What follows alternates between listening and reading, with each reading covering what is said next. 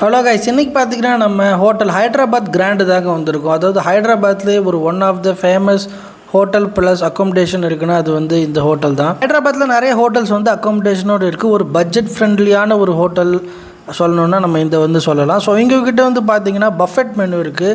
மார்னிங்லேருந்து night வரைக்குமே வந்து ஃபுல்லாக பஃபெட் மெனு கொடுக்குறாங்க. ஸோ அது மட்டும் இல்லாமல் நார்மலாக நமக்கு என்ன வேணுமோ அதை கூட ஆர்டர் பண்ணி சாப்பிட்டுக்கலாம். ஸோ ஃபஸ்ட்டு பார்த்தீங்கன்னா இவங்ககிட்ட நம்ம chicken hot and Chor soup தான் வந்து வாங்கி ட்ரை பண்ணி பார்த்துருந்தோம். ஸோ சூப் வந்து பார்த்தீங்கன்னா ஓகே, ஓரளவு நார்மலான டேஸ்ட்டில் தான் இருந்தது. அடுத்ததாக பார்த்தீங்கன்னா இவங்ககிட்ட முர்க் ஆப்கானிக் டிக்கா அண்ட் முர்க் மலாய் கெபாப் வந்து ட்ரை பண்ணி பார்த்துருந்தோம். இது ரெண்டுமே வந்து டேஸ்ட் ஒரே மாதிரி தான் இருந்தது. ஆனால் டிஃப்ரெண்ட்டாக வந்து ஒரு ஆம்லேட் போட்டு அதுக்குள்ளே வந்து அந்த சிக்கனை வந்து மடித்து பண்ணி கொடுத்துருந்தாங்க.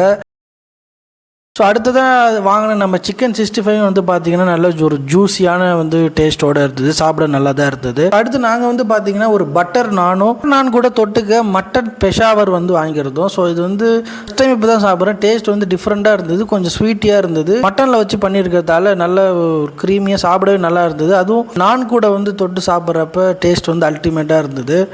நீங்கள் இது வந்து சாப்பிட்ருந்தீங்கன்னா கமெண்ட்டில் வந்து சொல்லுங்கள். ஸோ இது டிஃப்ரெண்ட் டேஸ்ட்டாக தான் இருந்தது. ஆனால் கொஞ்சம் ஆயில் வந்து கொஞ்சம் பட்டர் வந்து கொஞ்சம் அதிகமாக போட்டிருந்தாங்க. அதெல்லாம் வந்து பார்த்தீங்கன்னா எப்பயும் போல் நம்ம ஹைதராபாத் பிரியாணி தான்.